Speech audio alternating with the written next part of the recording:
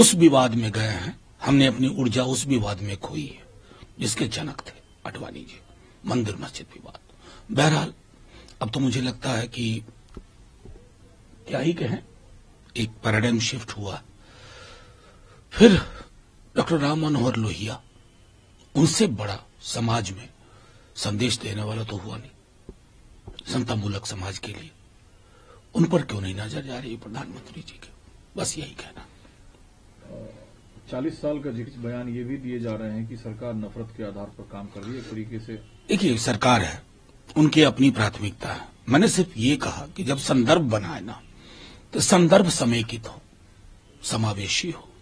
40 बरस हम लोगों की तो पूरी की पूरी स्टूडेंट लाइफ इस विवाद में इस देश की ऊर्जा को खत्म होते देखती बीती है। We are demanding for Ram Manohar Lohia. Of course yes, क्योंकि देखिए लोहिया जी को उत्तर दक्षिण पूरब पश्चिम समतामूलक समाज के लिए जो लोग भी सोचते हैं उनके दर्शन में रहता है लोहिया जी को भारत रत्न तो वही है ना।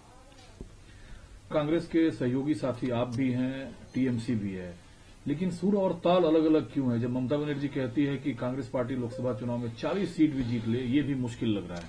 मैं देखिए उनकी टिप्पणियों पर टिप्पणी नहीं करना चाहता, लेकिन मेरा आग्रह अभी भी होगा अपने दल की ओर से, जो लालू जी तेजस्वी जी की इच्छा थी पटना की बैठक से लेकर अब तक, कि छोटे छोटे ये जो मतभेद है, अंतर्विरोध है, इनको किनारे किया जाए। उसी में भला है इंडिया गठबंधन का भी, देश का भी। पिछड़ों की राजनीति के लिए जाने जाती है आपकी पार्टी, लेकिन आजकल खुद कांग्रेस और मोर्चा राहुल गांधी ने संभाला हुआ है। सरकार पर आरोप है कि ओबीसी के साथ न्याय नहीं हो रहा है, ओबीसी वर्ग को हाशिए पे रख दिया गया है। क्या पॉलिटिकली इस स्टैंड से कांग्रेस को फायदा होता हुआ? देखिए, मैं अक्सर जब ये बात होती है ना, जब आप सबाल्टर्न समूह के सरोकारों की चिंता करते हैं तो लोग इसको राजनीति से जोड़ देते हैं। चलिए हम मान लीजिए चुनाव हार गए थे 19 का, तो क्या इन विषयों से किनारा कर लिया? 14 का चुनाव हार गए थे, क्या विषयों से किनारा कर लिया? ये लोकनीति का अभिन्न हिस्सा होना चाहिए, क्योंकि कोई भी प्रगति का दस्तावेज, विकास का दस्तावेज मीनिंगलेस है अगर उसमें बड़े समूहों, दलित, पिछड़े, अकलियत के लोगों का चेहरा शामिल न हो। जब लोकसभा चुनाव के इस बीच ममता बनर्जी के बयान पे उद्धव ठाकरे के पार्टी के नेता संजय राउत ने कहा है कि कांग्रेस कम से कम 150 सीटें जीतेगी लोकसभा चुनाव में। देखिए, मेरा सिर्फ इतना कहना है कि ये सारी चीजें दरकिनार, अभी हम लोगों को सबसे पहले एक प्रगतिशील कार्यक्रम लेके, क्योंकि देखिए लोग उब रहे हैं। फर्ज कीजिए जो मंदिर में जा रहा है, क्या उस युवा को नौकरी नहीं चाहिए? उसको एक हाथ में अगर प्रसाद चाहिए तो दूसरे हाथ में नियुक्ति पत्र चाहिए। इन विषयों को लेकर के, क्योंकि देश परेशान है। कब तक मंदिर की घंटी, मस्जिद के अजान में उलझा के रखोगे लोगों को? ताखाना वजूखाना चेक करते रहेंगे।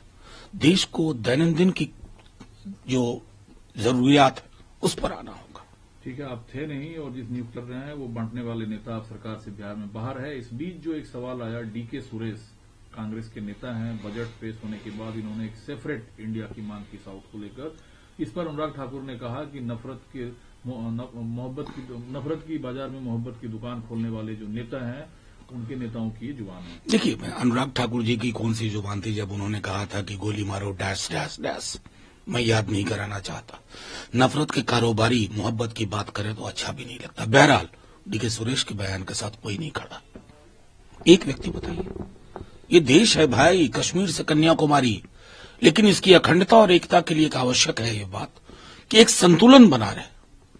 वो संतुलन जब टूटता है ना, मणिपुर को लेकर के, क्या मणिपुर के लोग सोच रहे होंगे? अनुराग ठाकुर जी के तो मुंह से एक शब्द नहीं सुना, उनको छोड़िए प्रधानमंत्री जी के मुंह से नहीं सुना। तो राज्य, ये जो पूरा का पूरा हमारा चरित्र है ना देश का, वो इमोशनल, उसको मैं कहूंगा कि कोलिशन भी है। सब राज्य भावना से जुड़े हुए, उस भावना को ठेस मत पहुंचाइए।